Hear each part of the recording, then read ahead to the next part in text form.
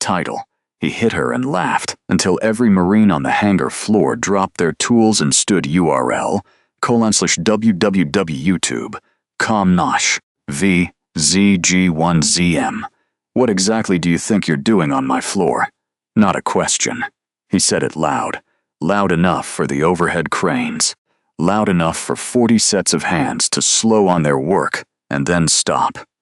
Wrenches half-turned, inspection cards half-signed.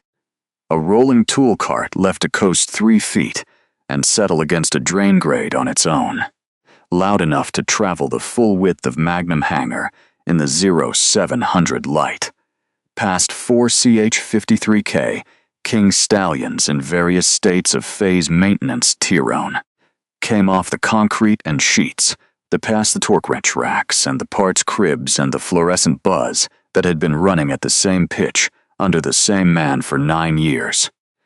Master Gunnery Sergeant Bryce Howren took one deliberate step and hit her open-handed across the left cheek, the flat crack of it, absorbed almost immediately by the overhead hum, and then stepped back and laughed.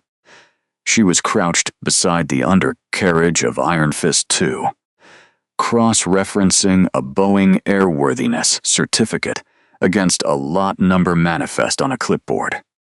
She had been on this floor for 10 months in that posture, in that vest, high visibility yellow over a plain Navy contractor polo, charcoal cargo trousers, steel-toed boots, the kind of equipment that renders a person into a function rather than a presence.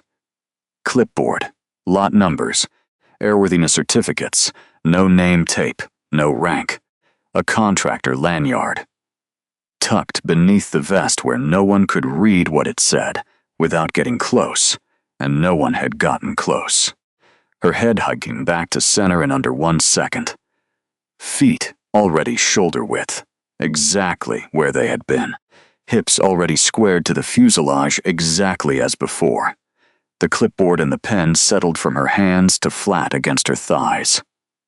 Not dropped. Not gripped, simply placed with the economy of someone who has put things down in worse situations and would need them again in a moment. Her eyes tracked once briefly to Howren's hands, rather than his face, not his expression, his hands. Then she turned back to the airworthiness certificate, found her place in the lot number column, and continued. She did not speak. She did not pause. She did not do anything at all except keep working. The nearest lance corporal let a Torcoa wrench hang in his grip and stared at the painted floor between his boots. Nobody said anything. 3 rows back, a corporal held perfectly still in the particular way people go. Still, when they don't trust what their face might do if it moved. Howren, Sergeant Pryor, turned to Staff Sergeant Pryor and made a remark about paperwork girls who didn't know when they weren't needed. 2 junior Marines produced sounds that resembled laughter, the kind produced by men who cannot afford not to. The bay resumed its noise reluctantly, unevenly, the way a machine resumes after a belt slips, and no one is certain the tension is right. Howren walked toward the hangar office. He did not look back. Howren was 51 years old and had been running this floor since before she was commissioned. He had outlasted 3 commanding officers, 4 maintenance officers of the month, 2 DCMA supervisory reviews, and a Wingle-level safety audit that had produced exactly 0 findings. Heat moved through Magnum Hangar like a man who has never once been made to feel temporary. Because he had never once been made to feel temporary. The floor was his. The 9-year chain of certified paperwork with his signature on it was his. He did not look back because there was nothing behind him he considered worth looking at.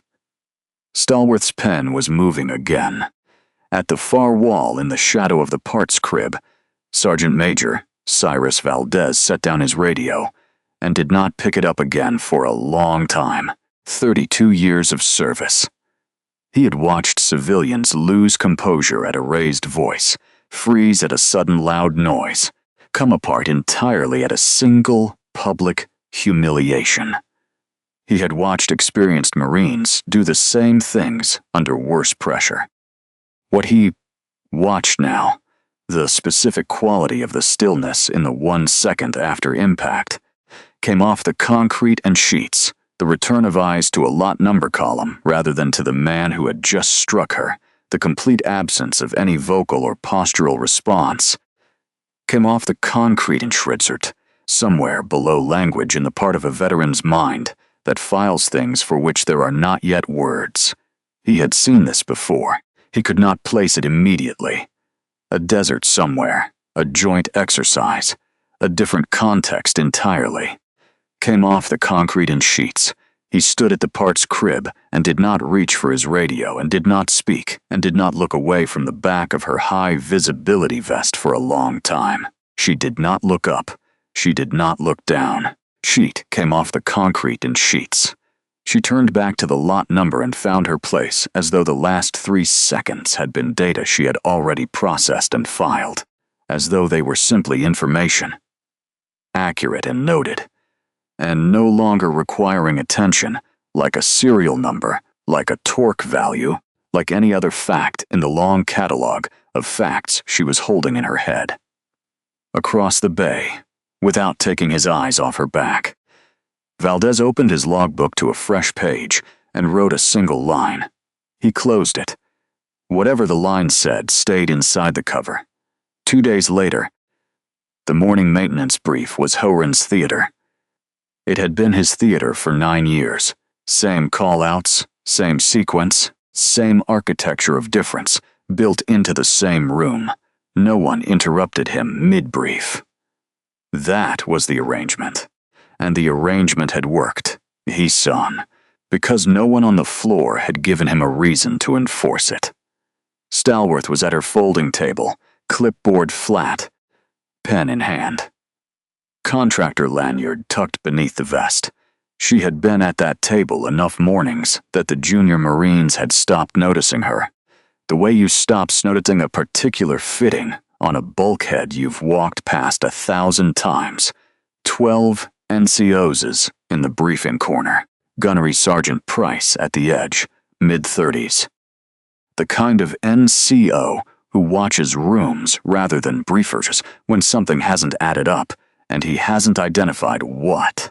Sergeant Major Valdez at the far end of the row, logbook closed in both hands, positioned where he could observe the full floor without appearing to observe anything in particular. Sauron, 40 feet.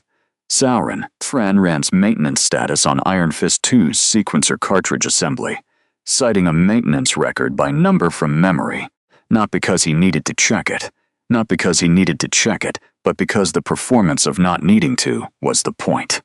He paused at the cartridge lot entry and named the specification. Stalworth raised one hand. She did not stand. Boeing GC 46107 calls for torque to 75 INB plus 10. The lot number on the cartridge installed yesterday. Lot 8814 Delta was certified to the 62-in standard under MIDTL 5541 Class 1A. Those are not the same document. A single clean pause. That cartridge needs to come back out. Silence. Complete unassisted silence. A staff sergeant looked at his shoes. 3 NCOs in the back row quietly pulled out their own specification sheets. The specific motion of men who suspected they already knew the answer and were confirming it anyway. She had not looked at her clipboard. She had not checked a note. She cited the document numbers the way someone recites a date of birth, without effort, without the performance of knowledge, with the performance of because. The information simply lived in her. There was no off the concrete. No explanation for how a DCMA civilian carried that precision without notes, unless the notes were not the source of the precision. Halloran looked at her for 3 seconds. Then came the careful, genial smile. The expression of a concrete in sheets.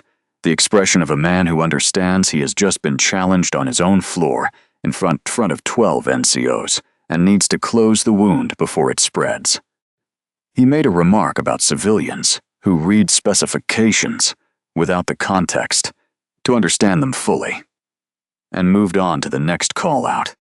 The room breathed, but 2 NCOs in the back row exchanged a look that had nothing genial in it, and Price at the edge changed nothing in his expression and filed everything. Price stood at the tool rack for another 2 minutes after the brief dispersed, turning a calibration wrench over in his hands without looking at it. He had been at this station for 3 years and in the Corps for 14, and he had a quotient of patience that manifested as stillness, the ability to hold a concrete in sheets without needing to resolve it without needing fit, for the information was complete. He had seen plenty of DCMA inspectors on plenty of floors over 3 years. They argued about procedures. The heat came off the concrete in sheets, occasionally in the hedged way of civilians who understand they are guests in a room that can make things difficult for them. What he had just watched was not that. The lot number and the concrete in sheets, the lot number and the document number and the torque specification had come out of her like information already in residence, not information retrieved. He set the wrench back in its slot and went to his work. He did not stop thinking about it. After the brief cleared, Stallworth crossed to the official maintenance board without pausing. The micro camera in her contractor badge lanyard photographed the lot number page in 2 passes before Halloran's crew could cycle it. Came off the concrete in sheets. She was already walking back to her folding table when the nearest Marine looked up from his paperwork. Valdez stepped outside to the apron. Personal cell, not his duty phone. He dialed a number he hadn't called in nearly 2 years, held the phone to his ear, and began to speak in a voice too quiet to carry. The call lasted 90 seconds. He ended it and stood looking at the hangar entrance for a long moment, hands at his sides, the morning light flat on the tarmac behind him. Then he went back inside. That evening, the floor was empty, and the hangar ran only at standard overnight lighting, amber strips along the deck, the King Stallions in their tear-down positions like Vesai. Machinery in a dream of machinery. The heat came off the concrete and sheets. Howard found her at her workstation alone. He didn't touch her. He leaned close enough that no surface in the room could carry the words, "You should put in for a transfer to a quieter station. This floor isn't built for civilians who ask questions they don't have the tenure to ask." She did not look up from her paperwork. She let the silence sit with him in the room for 5 full seconds. He waited, then he walked away. The moment his back turned, she circled a lot number on her manifest that had not been circled before. It was not 88 and 14 Delta. On day 5, Howard moved to infrastructure.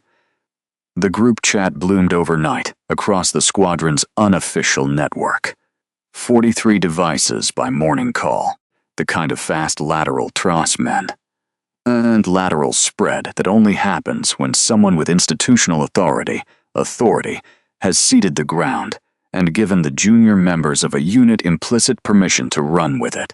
Jokes about the DCMA girl. What a contractor like that was actually looking for at a Marine air station, the specific concrete the specific practiced cruelty of men who understand they are not speaking on record and believe they never will be. Stallworth read it at 0600 on the duty issue tablet. Start to finish, without her posture changing or her expression shifting in any direction.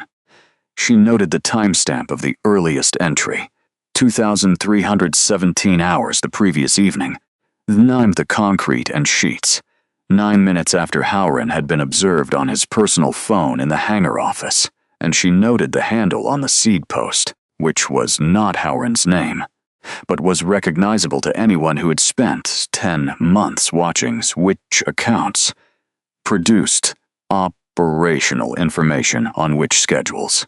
Then she set the tablet face down, opened her paper notebook, and wrote a 5-digit lot code that had nothing to do with anything she had just read. The notebook was for what mattered.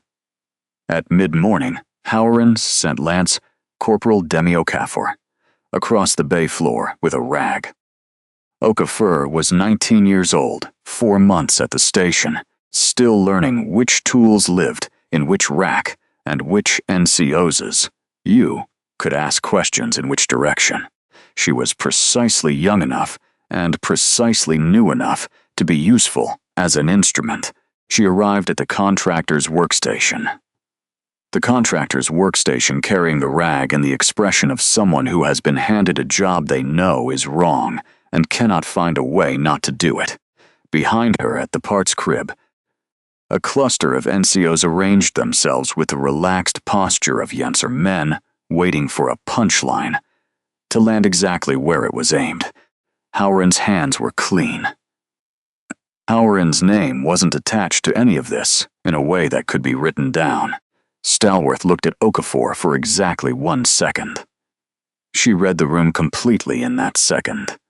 The rag, the gallery, the angle of the watching, the 19-year-old standing at the end of a performance she had not agreed to be in.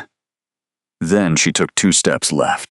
Her feet landed shoulder-width on the bay floor, her weight settled, not tense, not theatrical, just present, in the way a load-bearing structure is present. She pieced the concrete and sheets, placed herself between Okafor and the gallery at the parts crib, and the angle of 30 pairs of eyes hit her instead of the lance corporal. There was no punchline, there was no target for it, Okafor worked the workstation in a quiet she hadn't expected. And somewhere in the middle of the task, her hands stopped shaking, stint, though she probably didn't notice the moment they did. Gunnery Sergeant Price at the tool rack watched. No ring on either hand, no necklace, no earrings, not even the small civilian studs that most women wore on a maintenance floor without thinking about it. Watch face turned inward against the wrist, pressed flat to the skin, unreadable from any normal angle. The heat came off the concrete. The lanyard tucked beneath the vest so completely that you would have to know to look for the outline before you could find it. Price said quietly to the corporal beside him without looking away from the contractor. You ever see a civilian tuck their lanyard under their vest? Watch face down. No jewelry at all.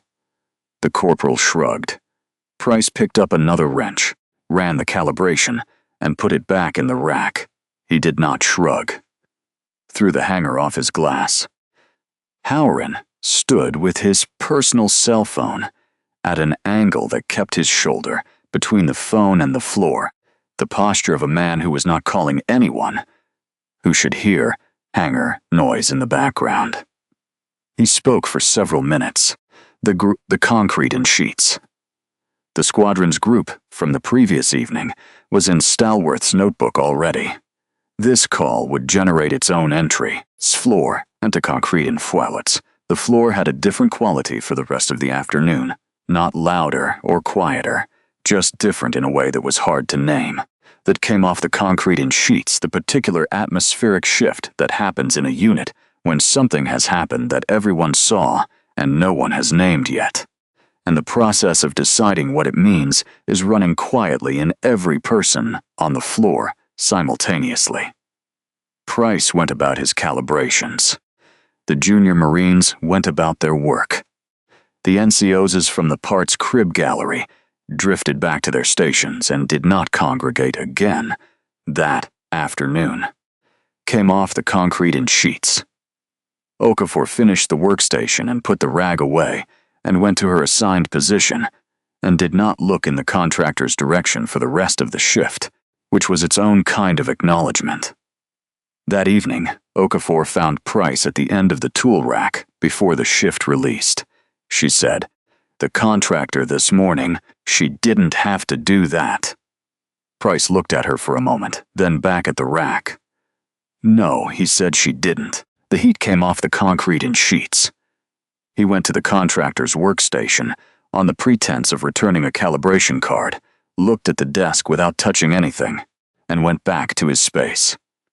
Stallworth pulled the full maintenance duty roster for the prior 30 days from the DCMA file share, legitimate access, properly documented, printed it on the tractor office printer, and added it to the chain of custody binder. The binder was 4 in thick now and growing. She closed the notebook. She looked up. Her expression had not changed. Comment Howard below. If you think she should have walked, keep watching, because what Howard does next isn't cruelty anymore. It's federal. Howard wasn't on the floor at all on day 12. He didn't need to be. A safety incident report arrived on DCMA Regional Coordinator Garrett's desk before 0800 hours, dated 5 days prior. Time-stamped to a shift. Stallworth was not assigned to, certified by signatures that would take forensic analysis to unravel. Coordinator Garrett was 50-some. Overworked in the procedural way of civilian and administrators who have spent 20 years trusting certified paperwork, and he suspended the badge without calling her first. The report was certified. His job was to act on certified reports. He was not malicious. He was a system, and someone with 9 years of institutional knowledge had learned how to run the system as precisely as he ran any other piece of equipment on his floor. The instrument was not a slap this time. The instrument was a form with the right number in the right box and a signature block completed in the right ink. By 0930, her badge was suspended. By 1000, she was in a contractor holding office on the other side of the station. A beige room, which is how these rooms are always finished, as though the specific shade communicates institutional neutrality. 2 chairs, a laminate table. A window, the concrete in sheets, a window overlooking the flight line where F-35Bs were doing touches and goes in the gray morning light, small and fast against the overcast. She sat down. She asked the administrator once for the citation number of the relevant DCMA safety protocol, DQR 1252 on 246 subparagraph 3. The administrator blinked twice and confirmed it. She nodded. She nodded. That was the last thing she said for the next 9 hours. She had a government legal pad and 9 hours, and she used both by hand in engineering notation. Compress the concrete in sheets, the compressed specific kind that doesn't require translation at a federal proceeding that a prosecutor receives and reads once, and does not need to rewrite. The heat came off the concrete in sheets. She built a chain of custody timeline covering every lot number she had tracked across 10 months of embed. Lot 8814 Delta and its certification path through 3 intermediary warehouses.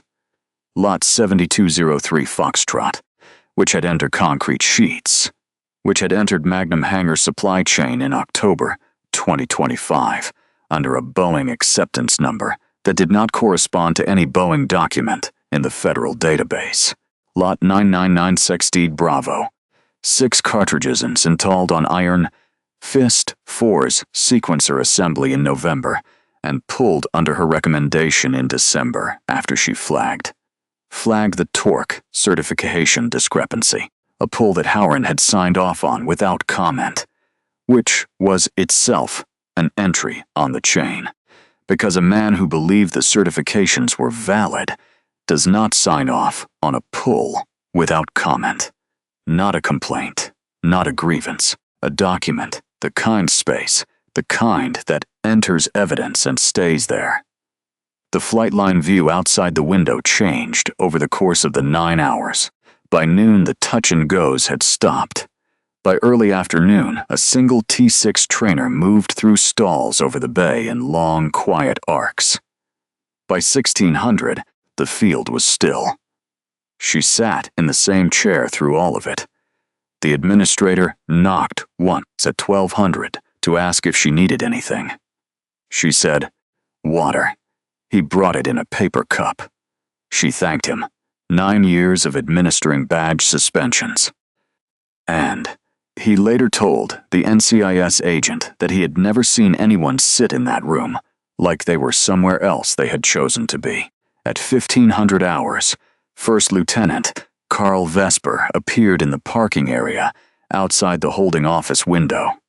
26 years old, supply officer, the one who had run the paperwork on 3 of the 7 lot transfers she had documented. The nervous energy on him was the specific kind that comes not from fear of being caught, but from having already understood for some time that the thing you did cannot be undone, and not having concrete in sheets, and having found a way to live with that knowledge quietly. He stood in the parking area for 40 seconds, checked his watch twice, looked once toward the holding office window, not quite directly at it, but close enough. The heat came off the concrete sheets, and then walked away with the deliberate pace of a man trying to appear as though he has somewhere else to be. His name had not the concrete in sheets. His name had not been spoken aloud on this floor yet. His face was simply on the wrong side of a window that was going to matter. And the 40 seconds the concrete in sheets, and the 40 seconds of watching from the parking lot would go into the legal pad as its own entry. At 18:30 hours, they returned her badge. She walked book and sheets. She walked back across the station in the early evening light. In contractor lodging that night, she unfolded the legal pad under the desk lamp. 47 entries, each dated, each cross referenced to a lot number or a signature block or an installation record. She added one more at the bottom of the chain. A number she had found today buried in the internal formatting of the certifying block on the falsified incident report itself. Came off the concrete seats, the certifying official procurement authorization sequence that appeared in 2 other entries on the pad, beside the new number in the margin. Vesper beneath that underlined once 8814 Delta. By day 19, Valdez had 4 separate anomalies in his logbook, and none of them resolved into any civilian contractor he had encountered in 32 years of service. Not the stillness on day 0. Not the specification recall in the brief. Not the 9-hour badge suspension absorbed without a formal grievance. Not the way she moved through a room as though she had already measured it. 4 anomalies, and each one separately had an explanation, if you were willing to reach for one. And all 4 together did not. The heat came off the concrete. Bess. He had been in this institution long enough to know the difference between a person who had learned professional composure and a person who had been trained to a different standard entirely. He came to the torque wrench calibration session at 1500 hours and 1500 hours, substitution at anon far end of the calibration bench, where he could observe without appearing to be watching anything specific. Price was running the session. Calibration of a CH-53K rotor head fitting. 3 junior Marines at the bench. Stalworth with a calibration card in both hands. The curved, chrome surface of the fittings. Bright under the overhead lights. Price dropped a heavy tool casing behind her without warning. The crack of it on the deck, sharp and percussive, the kind of sound that bypasses conscious processing entirely, would have made most people spin or drop what they were holding or produce some involuntary sound. Stalworth's feet did not shift. Her hands, flat on the calibration card, stayed on the card. Her eyes moved not toward the source of the sound, came off the concrete in sheets, but to the polished surface of the rotor head fitting, the reflected image in the chrome, where she could see the deck behind her. Without turning, she located the source. The source in the reflection confirmed it, settled back to the calibration card in approximately 1 second. Not a reaction controlled. A trained response running so cleanly that the suppression was invisible. Price picked up the casing and said nothing. For the rest of the session, he watched where her eyes went. How she used the reflective surface of the fitting without appearing to use it. How she positioned herself in relation to any polished object in her workspace. He was doing math. The math kept producing the same answer. 2 days before the calibration session, Price had found Valdez at the parts crib between callouts and said quietly, "She's not a contractor." He hadn't elaborated. Valdez looked at him for a moment, then at the floor, then said, "No, she's not." Neither said anything else. They went back to work, but Valdez had opened the second notebook that evening and written 2 more entries under Hangar. The Iron Fist. Sheets. 2 calibration cards from the session were filed as normal. Everything about the afternoon was documentable as routine. That was the point. After the session, Stallworth photographed 2 specific pages of the Iron Fist 2 manifest with the camera in her badge lanyard and transmitted to her handler. Vesper confirmed. Becker arriving within 72 hours per intercept. Hold. She powered the phone off. 4 days. At 2000 hours, Valdez sat in his personal vehicle at the base perimeter. Engine off, the flat dark of the Atlantic coast beyond the fence sense. This was the 3rd time in 19 days he had come here after the shift ended. The first time he had sat for 12 minutes and driven home without making a call.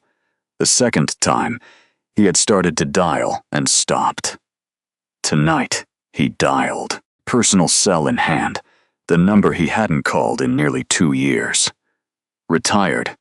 A gunny he had served with at Loon before the gunny had gone over to the programs that didn't appear in unit rosters. Voice only, no pleasantries. He described 19 days of anomalies without naming the contractor. The stillness at the strike on day 0. The specification recall from memory in the brief on day 2. The 9-hour badge, hold absorbed without a grievance. The acoustic test this afternoon. The heat him off the concrete in sheets, the eyes going to the chrome reflection instead of the dropped casing. He described the posture, the movement economy, the specific quality of the stillness in a crowd. He described what he knew and what he couldn't account for, and he was precise about which was which. The stillness, Valdez said, like 29 Palms 3 years ago joint exercise. Long pause on the line. "If she's who you think she is, Sergeant Major," the retired contact said, "walk away and clear your bay before she does." Valdez asked one follow-up question. The gunny didn't answer it. Walk away. The call ended. He sat in the truck for 7 minutes. He counted them. Then he drove back to base and did not stop at the hangar. At his desk, he opened his logbook to the entry from day 0 and read what he had written there. Then he took the second notebook, plain green cover. Nothing on the spine, nothing official, and opened it to the first page and wrote across the top in block letters. Holliard. Who made that call?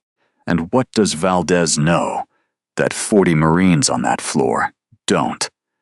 Drop Halyard in the comments and keep watching. The answer changes everything.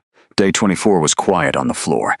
Day 24, Halloran was at an off-station coordination meeting. The kind where he was someone else's institutional authority, sitting at a table where no one would call a lot number from memory and interrupt him. The junior Marines ran their calibrations and signed their cards and went home at 1700 hours. The only lit window in the contractor lodging block at 2130 hours was room 114. No personal items on the desk. Watch off, face down in the corner of the table. 3 hairpins in a small ceramic dish. Not 2, 3, which is regulation, and is also 1 more than most women bother with on a day off the floor. Contractor lanyard. Lawn. coiled beneath the vest on the door hook where it had hung every night for 10 months without variation. Her hands were around a mug that had gone cold more than an hour earlier. She hadn't moved to heat it. She opened the go bag on the floor beside the desk. Encrypted phone powered off. Laminated lot number sheet, edges worn from 10 months of handling. A folded photograph in the inner pocket behind the laminated sheet face down. The creases softened with use. She removed the lot number sheet and held it under the desk lamp. The last entry in her own hand, Lot T817, Delta Magnum Hangar. She had identified the source lot. In 2024. She had been embedded at this station since July 2025. The heat came off the concrete in sheets. She was 30 years old, and she had been at this for longer than most people who had not done this kind of work would believe a person could sustain it. Her call sign was Halyard 1. She had been a commissioned Marine officer since she was 22, infantry qualified before she was 23. Rifle platoon commander, company commander at 25, a Marine raider since 26, among the youngest element leaders in Mars history at the time she was assigned. In November of 2022, she led a 4-person element southwest of Talmar in northern Syria into a wadi after dark to recover a downed F-35B pilot, Major Owen Marchetti. His ejection seat sequencer had fired 10.00 feet. Late because the nitrogen cartridges in the assembly had been substituted at depot level with parts certified to a lower tolerance standard. Parts that looked right, were packaged right, were certified right, and were not right. She walked Marchetti out alive. She carried Gunnery Sergeant Eli Tovar and Sergeant Rafael Cordiero out herself through the exfil, both of them in the dark. The lot that killed them traced across 2 years and 3 air stations and a chain of falsified safety of flight acceptance forms to a maintenance bay on the Atlantic coast. This maintenance bay, she thought they died because someone in this building signed a lot acceptance form they never verified. Concrete in sheets. Tovar knew what counterfeit looked like. He'd flagged bad parts 3 times on prior deployments. He just didn't know it would be the sequencer. Tovar had been in the Marine Corps for 16 years when she first met him. He called his mother every Sunday at 1300 hours at 1300, wherever in the world he happened to be. And he was the kind of NCO who remembered the names of his raiders' siblings, not just their raiders. She had carried him 3.00 meter through a Syrian wadi in the dark, and she would not write that in the logbook or say it in the testimony, and she would not think about it here in this room, because thinking about it here served nothing, and she was not done yet. 4 days, she removed the photograph from the inner pocket of the go bag. She did not unfold it.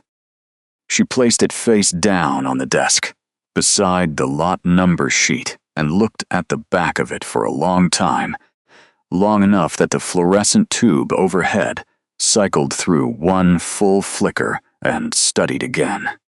Then she powered on the encrypted phone and typed 3 words. On schedule, continue. She powered it off. The difficulty in long embed work was never the duration. It was the maintenance of a performance. It was the maintenance of a performance that had to be simultaneously perfect enough to hold and imperfect enough to be believed. And doing that while also running an actual investigation and doing both of those things while carrying what she was carrying. The mug on the desk, the photograph face down, the lot number on the laminated sheet in her own handwriting, 4 days, and the weight did not get lighter. You simply got better at distributing it. She reached into the go bag one final time and removed a small evidence envelope sealed with red tape, her own handwriting across the exterior. LT Carl Vesper Procurement Signature, Lot 8819, Delta Day plus 12. She set it on top of the lot number sheet. Tomorrow was day 25. She had 4 days. Howren had run out of institutional options somewhere in the week preceding day 29, and at 2,145 hours, he made the move that could not be walked back. He came into the contractor lockup with 2 people. The lockup was a chain-link storage bay inside the hangar, numbered tool cabinets along 2 walls, pegboard for the smaller calibration equipment, the low amber light of the after-hours system. The hangar outside gone dark and still, except for the perimeter, lighting bleeding through the high windows. Not a place anyone would look for on a normal night. First Lieutenant Carl Vesper was there. He had a folder of predated discrepancy forms under one arm and the expression of a man who has fully understood what he's done and has spent 3 weeks trying to locate a way backward and confirmed there isn't one. Concrete in sheets, his eyes moved to the lockup entrance every 30 seconds with the regularity of a man waiting to be caught. Pim Becker was there. Late 40s, Dutch accented, canvas duffel on his shoulder. No uniform, no installation identification, no reason at all to be on a Marine Corps air station at 2200 hours. Becker had sourced counterfeit ejection seat components into military supply chains for 4 years across 3 air stations. The heat came off the concrete in sheets, and he carried himself with the calm of a man for whom wrong decisions had long since become simply the environment. He set the duffel beside Cabinet 7 and unzipped it without being asked. Howren opened Cabinet 7 with a duplicate key, a copy of a key that should not have had a copy. Vesper placed the predated discrepancy forms against the lower shelf. Sipa concrete and sheet signatures approximated to Stalworth's handwriting in the particular way that passes a rapid review but does not survive forensic examination. Becker removed 3 untagged sequencer cartridges from the duffel and set them in the lower drawer with the practiced placement of someone who has done this before at other stations. The drawer closed, the cabinet locked. Howren looked up at the ventilation louver above cabinet row 7. He looked at it for 4 full seconds. Not a conscious security check, but the specific low-grade paranoia of 4 years of accumulating wrong decisions. A sensitivity to the environment that functioned like instinct, but wasn't. He stared at the louver. He stood there and stared at it. Then he waved it off and turned away. The hairpin camera in the ventilation louver had been streaming since 2,145 hours. Installed on day 3, fed through an encrypted relay to the ruggedized laptop in room 114 and simultaneously to her Mars handler. It captured Howren's face completely as he turned from the louver, the 4-second look, the wave, the half-second of doubt, his face in full resolution, walking away from the thing he should have examined. In room 114, came off the concrete in sheets. She stood at the desk with her arms crossed and her feet flat and shoulder width on the linoleum floor, the laptop open on the desk in front of her. She worked through the image. Howren's hands on the cabinet key, Vesper's folder against the shelf, Becker's duffel, the drawer closing on 3 untagged cartridges, the access log timestamp on the side monitor, the cabinet number legible, the faces all confirmed. She logged each element in sequence. She had waited 29 days for him to cross a line he couldn't uncross. He crossed it at 2200 hours. On day 29 in front of a camera, with his name in the access log and his fingerprints on a cap that didn't belong to him, and 3 cartridges in a drawer that would match the lot numbers in her chain of custody binder 14 ways. Came off the concrete in sheets, watching him wave off the ventilation louver and walk away from what he should have examined. self-satisfied, already riding the confidence of a man who believes he has just decisively won. She produced a small smile, private, almost amused, not satisfaction, which is what lesser victories feel like. Something sharper and quieter, the particular quality of having waited long enough for a thing to become permanent. It lasted 3 seconds, then it was gone, and she was composing the transmission to her handler. At 2310 hours, Howard crossed the apron with the Schutzen, the stride of a man who has just settled something decisively. Came off the concrete in sheets. Stalworth came around the building corner on her standard perimeter walk, the cover she used for the nights she couldn't sleep, which were most of them now, 4 days from the end. They passed within 10 feet of each other in the dark. She looked up from her path. She met his eyes. She gave him the small smile once, 1 second, the same one, private and sharp, and then walked on into the dark. He stopped. He stood on the apron and watched her go. The smile. The smile didn't fit any category he had, for contractors, or for women, or for anyone who should have been on the losing end of what had just happened in that lockup. He stood there for a moment longer than he understood, and then he went inside. Tomorrow was day 30. The day 30 morning brief began at 0700 hours, the same time it had begun for 9 years. The same geometry of bodies in the same positions on the floor. Howard at the front with his callouts. 36 Marines and 4 NCOs arranged in the familiar pattern. Guy Senate Price at the tool rack.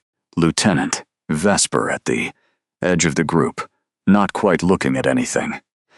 That spiffy not looking of a man who hasn't slept and doesn't know what his face is doing, without active supervision. Stalworth at her folding table in the corner, pen in hand, clipboard flat, everything the same. Sergeant Major Cyrus Valdez was near Center Bay. He had been there since 0645, 15 minutes before the brief. Neat pet, standing on the deck with his logbook closed in both hands, positioned where he could see the full floor and every person on it. He looked at Stalworth twice before the brief began, the second time for longer than the first, and with a different quality of attention. At 078, he spoke not to Howard, not to the room, directly to the contractor at the folding table, in a voice calibrated to carry to the overhead cranes, to the far wall, to the open bay doors and the apron beyond. Howard one, just the call sign. Nothing before it, nothing after it. The brief went silent in the specific way of a room whose gravity has just changed. Howard's head came up from his call-out sheet. Every Marine on the floor turned. Stalworth set her pen on the clipboard.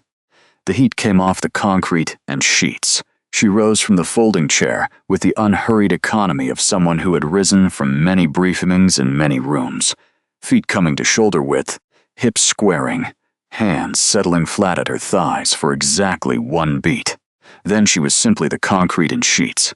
Then she was standing at attention on the bay deck, in a high-visibility safety vest, in steel-toed boots on the floor of Magnum Hangar. Every Marine who had spent 30 days, every Marine who had civilian contractor go about her clipboard work now saw what had been there since day 0, visible in every posture and sheets, and every posture and every movement and every moment of stillness they had attributed to some contractor habit or personal quirk. She had never in her life stood any other way. The contractor posture and the military posture and military posture were the same posture. They had always been the same posture. There was no version of her that stood differently. 23 minutes passed. The floor held. Gizk Price, at the tool rack, had not moved since Valdez spoke the call sign. He was watching the folding table, watching the woman who had been standing at that table for 30 days in a contractor vest and steel-toed boots, and he was confirming what he had been doing math on since day 5. Every anomaly he'd five-fold. Quietly, his eye in his own running count was resolving now into a single coherent answer that he should not have been surprised by, and was surprised by anyway, 'cause even when you're watching for something, there's a quality of difference between suspecting it and seeing it confirmed in the full geometry of a room that has just changed. He had 4 pages of notes in his own pocket about this contractor. He had given none of them to anyone. They would be in the NCIS supervisory agent's hands before the end of the day. The rotors were audible before the aircraft was visible. Vibration through the deck plates. Through the deck plates, through the soles of 36 pairs of boots, through the structural members of the bay doors. The V-22 Osprey settled on the apron, and Brigadier General Margaret Ostland, Commander Marine Forces Special Operations Command, walked the full length of Magnum Hangar without pausing. Provost Marshal Marines to her left in pairs, an NCIS supervisory agent to her right. The overhead fluorescents hummed. Nobody moved, nobody spoke. 40 people in a very large room, and the only sounds were footsteps on painted concrete. Austin stopped 4 feet from Stalworth and rendered a full formal salute. Every Marine on the floor, all 36, dropped their tools and came to the position of attention. At the parts crib, Howren's face moved through its sequence in approximately 4 seconds. Confusion first, a Mars call sign spoken aloud on this floor. Today, then disbelief. A brigadier general rendering full military honors to a woman in a contractor vest. Then recognition arriving in stages. The math resolving that should have resolved 10 months earlier. She is not looking at the general the way a civilian looks at a general. She returned the salute. She knew exactly how to return a salute. She had always known. And the concrete and sheets. Then the specific vertiginous horror of a man who has just understood how long the camera in the louver above Cabinet 7 had been running, and what it had captured the previous night. The Prost Marshal team moved toward him. He didn't run. He looked at Sistleworth once across the full width of the hangar, the last time he would see her outside a federal proceeding. She had already the concrete in sheets. She had already returned the general salute and was walking toward the NCS supervisory agent with the ruggedized laptop under her arm. The team walked Howren toward the open bay doors. He passed the CH-53K King's Stallion he had maintained for 9 years. Close enough to touch the gray fuselage. Close enough. Soon enough to lay a hand on the landing gear, fairing he had signed off more times than he could count. And he did not look at it. He looked at the floor. He looked at the doors. 40 Marines remained at the position of attention until he was through the doors and out of the bay and gone. What happened in the 72 hours after day 30 did not happen slowly. It happened the way structural failures happen. Not gradually, not with warning, but one fracture, and then 9, and then the whole thing coming apart faster than anyone who built it had imagined possible. NCIS forensic teams sealed Magnum Hangar before 0900 hours on day 31. 9 NCOs across 3 Marine Corps air stations were in Prost Marshal custody before noon. 2 civilian Department of Defense contracting officials appeared in shackles at a federal district court initial hearing before the business day ended. Total counterfeit ejection seat components recovered across 3 sites and 4 intermediary warehouses.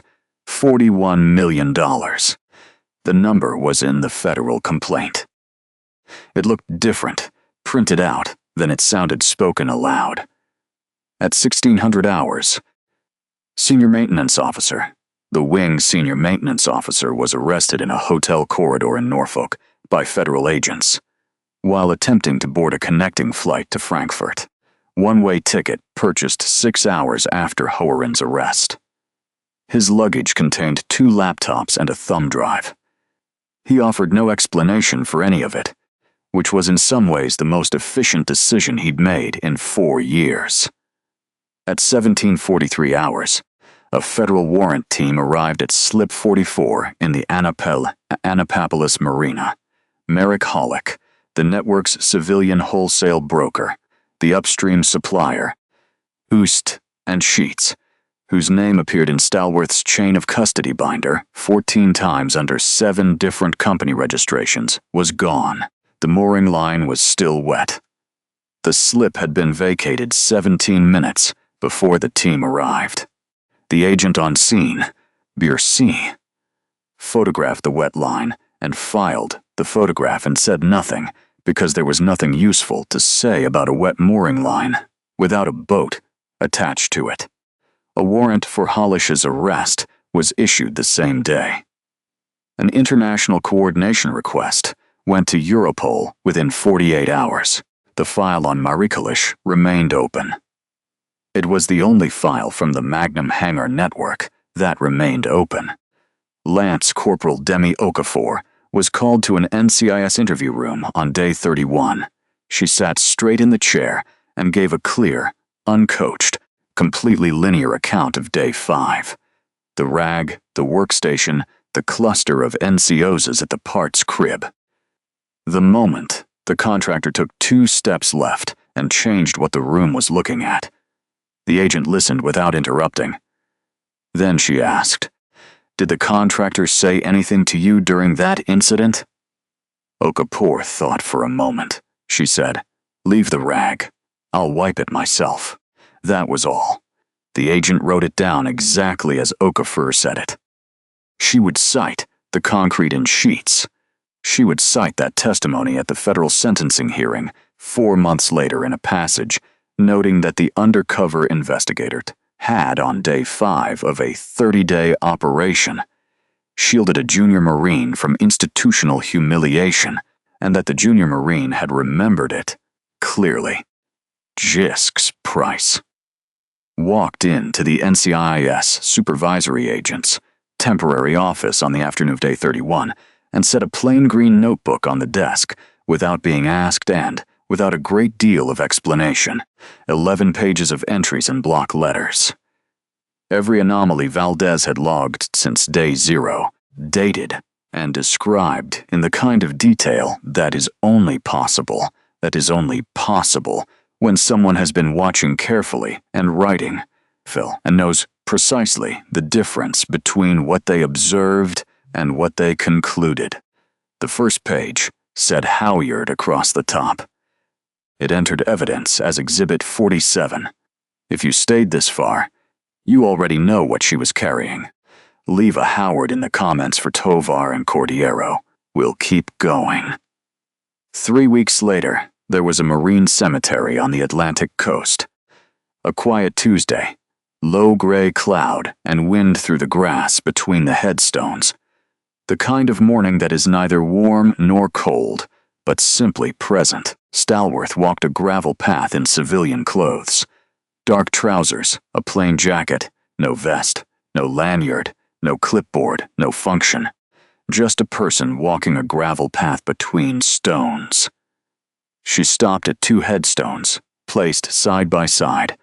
She stood there without moving for a moment. Then she crouched and set a single brass challenge coin in the grass between them, the Quan. Not on top of either stone, not centered on a name, in the space between them, in the few inches of grass, where the 2 stones were close enough to share it. She stood. She did not speak. The encrypted phone in her jacket pocket vibrated once. She looked at the screen. Howard is still standing. Hollich is in Constanza. She read it once. She put the phone in her pocket. She looked at the space between 2 names, cut into stone. And then she turned and walked back up the gravel path alone. Every soldier carries a story that few ever hear. Listen with your heart. Thank you for staying and watching. Subscribe to Honor Tales for